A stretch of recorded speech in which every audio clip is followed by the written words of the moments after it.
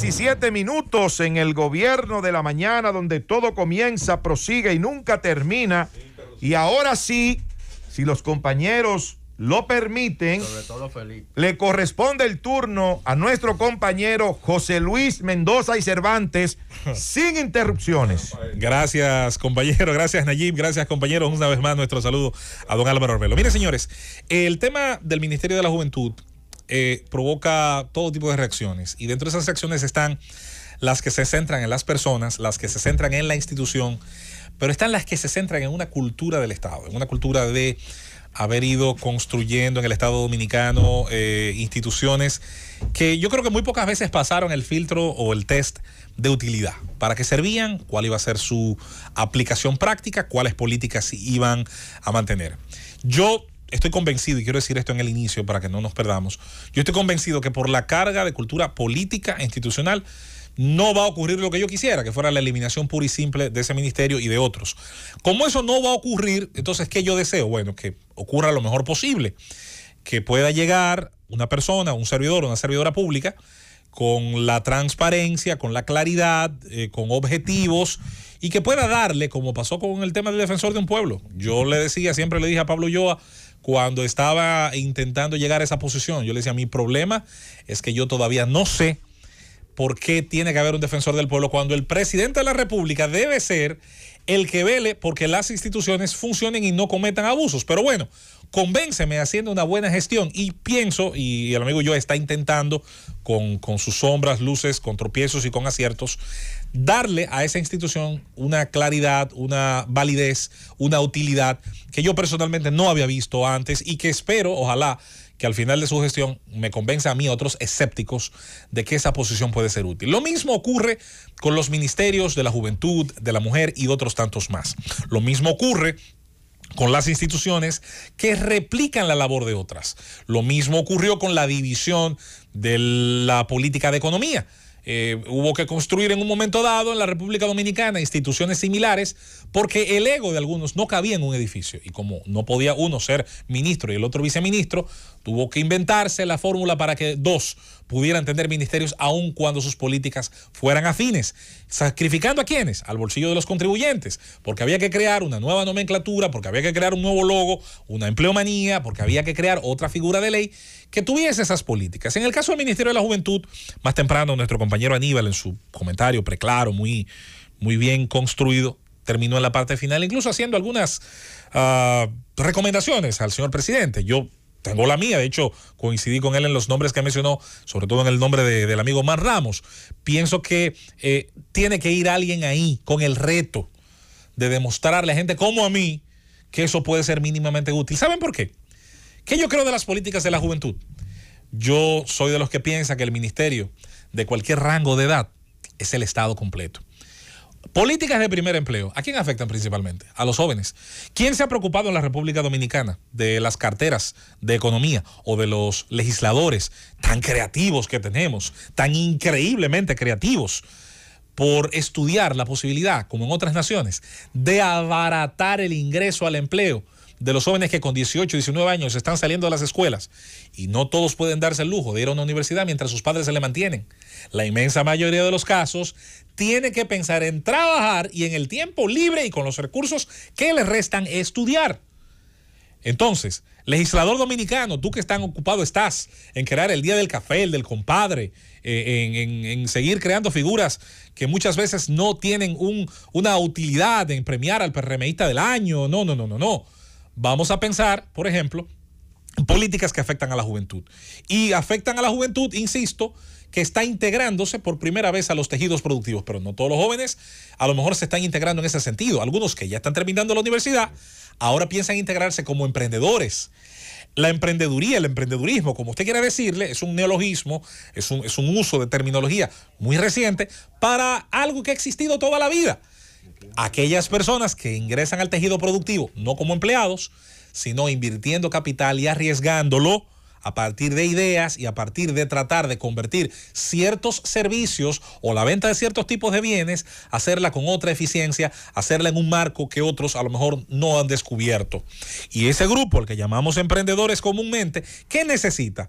Necesita, por ejemplo, de figuras impositivas que faciliten su integración, necesitan de la eliminación una vez por todas del criminal anticipo, impuesto que no hace sino castigar a los que empiezan a generar riqueza. En vez de premiarlos, tenemos la creatividad, porque así somos, de castigarlos. Tomamos una correa y le decimos: tú, que estás intentando crear riqueza y empleo, tú, que estás intentando generar competitividad en un sector, ven, toma la correa de los impuestos, pim, bam, bim, bam. Si quebraste, si se fue al garete tu proyecto, perdió la posibilidad de la sociedad dominicana de tener empleos, pagos a la TCS, impuestos, entre otras figuras que se supone benefician a la colectividad, y terminan alimentando el tesoro común de todos, que es el erario, el cual saca los impuestos de la riqueza que generan personas físicas y personas jurídicas.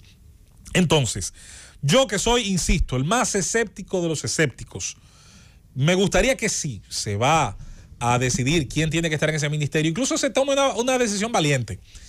Una de las justificaciones, supuestamente, de la existencia de ciertos segmentos del Estado, por ejemplo, las becas. Pero no tenemos no solo un Ministerio de Educación, hay un Ministerio de Educación Superior, está la MESID, están las herramientas para el Estado darle seguimiento a cuáles son los estudiantes en el sector público, sobre todo, de excelencia. ¿Cuál es el mecanismo para darle seguimiento, comprobar que las notas han sido colocadas por el justo rendimiento de esos estudiantes, los exámenes que deberán pasar para luego ratificar su condición de estudiantes excelentes, y que el Estado, insisto, con el dinero de los contribuyentes, les pague la educación de grado o de posgrado? Para eso se necesita... El requerimiento básico es graduarse con un índice de 3. Por ejemplo. Sobre 3. Ese es el requerimiento básico. Ese es el caso de grado a posgrado, exacto. Sí. Entonces, yo diría, por ejemplo, que las justificaciones que a mí no me convencen, pero a otros a lo mejor sí le convencen, oye, tendrían que ser aclarados los objetivos de la existencia de ese ministerio. Ustedes saben cómo yo descubro que algo de por sí no cumple las funciones que pretende. Es sencillo. Necesariamente tiene que ser, atención, Conde, ubícame, tú que eres abogado, Nayib que es abogado, tiene que ser un joven el que dirige el Ministerio de la Juventud. ¿La ley lo ordena? No. ¿Tiene que ser una mujer que dirija el Ministerio de la Mujer? No. Mientras cuadros políticos y grupos políticos segmentados por género, edad u otras cuotas tengan aparentemente, no porque lo diga la ley, sino por cumplimiento del espíritu del botín político al ganar la batalla que son las elecciones, yo estaré convencido de que esos ministerios no van a ser útiles. Por ejemplo, tiene que ser ingeniero civil quien dirija el Ministerio de Obras Públicas. No. Y, de hecho, para mí, uno de los ministros de mejor rendimiento de la administración pasada era Gonzalo Castillo. Y no era un ingeniero civil. Sin duda alguna. Y no era un ingeniero civil. Hay un antes y un después. Entonces, de Gonzalo Castillo. Y tenemos un caso en este gobierno también, el director de INAPA no es un ingeniero. Y a mí me parece que lo está haciendo muy bien. Pero ahí fue diferente. En el gobierno de Balaguer hubo varias designaciones en ese orden. Por ejemplo, en obras públicas estuvo un abogado y un médico. Así es. Hay que decir también, el caso de INAPA es diferente porque en principio la ley era técnica, pero contemplaba que fuera un ingeniero civil, sí, el director de INAPA, y la ley se modificó en este mismo gobierno. Me parece bien. Para permitir la designación en ese cargo de Wellington Arnaud. Yo estuve de acuerdo con eso. Sobre el tema del Ministerio de la Juventud, José Luis, yo me hacía la misma pregunta que tú, si era necesariamente obligatorio designar a un joven ahí. Sí. Ahora, eliminar el ministerio yo no lo comparto porque eso es una conquista de la juventud que yo creo que debe ser preservado. Yo no creo que hayamos conquistado nada. No, pero yo creo que debe ser preservado. Ahora, la situación del ministerio ahora es muy delicada, del Ministerio de la Juventud. 2 ministras destituidas en 15 meses de gobierno. Yo creo que ahí el presidente ahora tiene que hilar fino, no precipitarse y escoger a una persona que realmente pueda ahora satisfacer las expectativas que hay con respecto a ese tema. Al final, yo insisto, el tema se puede abordar desde muchos perfiles, el de las personas, el de la institución individual o el de la cultura del Estado. Yo creo que esto deja enseñanzas. El Estado se supone que es una conjunción de políticas y servicios que deben dejar satisfecho al contribuyente. ¿Por qué? Porque se supone que va a salir a la calle y va a encontrar vías asfaltadas, iluminación pública, una política de seguridad mínimamente satisfactoria, tribunales funcionando. Eso es la sociedad. Y el Estado, como ese elemento que se supone que es complementario al resto de actividades, debe ser tan celoso de los recursos que maneja que también la política de transparencia deje satisfecha al ciudadano. Usted, si tiene una casa de 2 hijos, padre, madre, no compra una casa de 6 habitaciones. Usted no le haría 5 baños. Déjame que te interrumpa, Sí. José Luis Mendoza, escúchame. Sí. Querido y admirado colega y amigo, tú sabes el principal problema del Ministerio de la Juventud después de estos 2 casos de estas 2 muchachas, A ver. que de ahora en adelante, y no quiero sembrar el pesimismo, de ahora en adelante nadie va a creer en el Ministerio de la Juventud. Es una situación... bueno, hay un ejemplo muy interesante, don Álvaro. La Oficina de Ingenieros Supervisores del Estado, o ISOE, fue con los años, gobierno tras gobierno, ganándose una fama terrible. Todos los que pasaron por allí, con alguna excepción, sobre todo desde el año 2000 hasta hace muy poco, terminaron siendo enjuiciados. No todos, 2 de los primeros enjuiciados no fueron condenados, y otros que no fueron ni enjuiciados ni condenados fueron señalados por la sociedad, y otros fueron condenados, que es el caso del ingeniero Pagán, el más reciente.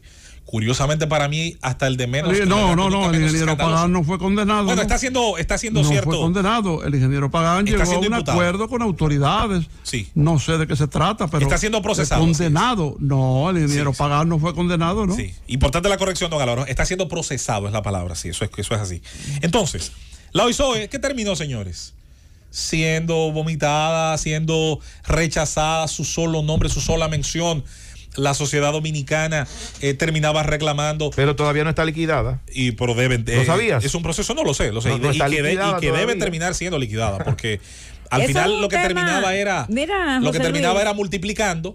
Perdona la interrupción, Sí. pero ahora que Nayib hace esa observación, a mí me parece que el gobierno debería de como pasar un informe, Manuel, de esas instituciones que se dijo que se iban a liquidar y que se liquidaron. De la sede Porque- de la sede lo hicieron.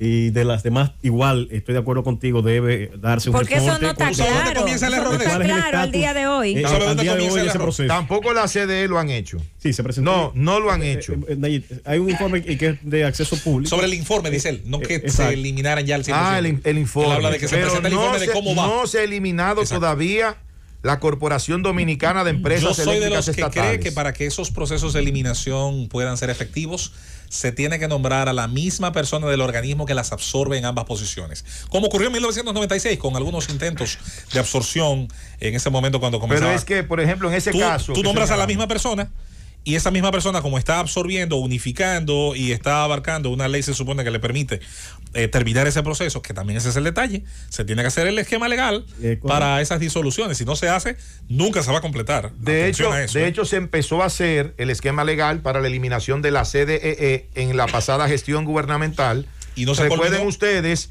que cuando se crea el Ministerio de Energía y Minas, precisamente era el ministerio que iba a sustituir a todo lo que Y es debió ser así. la Corporación Dominicana de Empresas Eléctricas Estatales. Como la CDE estaba inmersa en ese momento en la construcción de Punta Catalina, se pospuso la eliminación de la CDE hasta concluir la planta. Se dio un plazo creo que de 5 años, me parece, si mal no recuerdo, para entonces proceder a la eliminación de esa institución y que solamente quedara el Ministerio de Energía y Minas. Es la misma Ley General de Electricidad que establece ese proceso de eliminación, porque ya... Y hasta en el Pacto Eléctrico. En el Pacto Eléctrico se consigue. Para concluir, decía ayer uno de nuestros compañeros, me parece que era Felipe, que a lo que más se parecía a la economía y la administración de recursos era un hogar. Y yo decía, y con eso cierro, que nadie compra una casa con un sinnúmero de habitaciones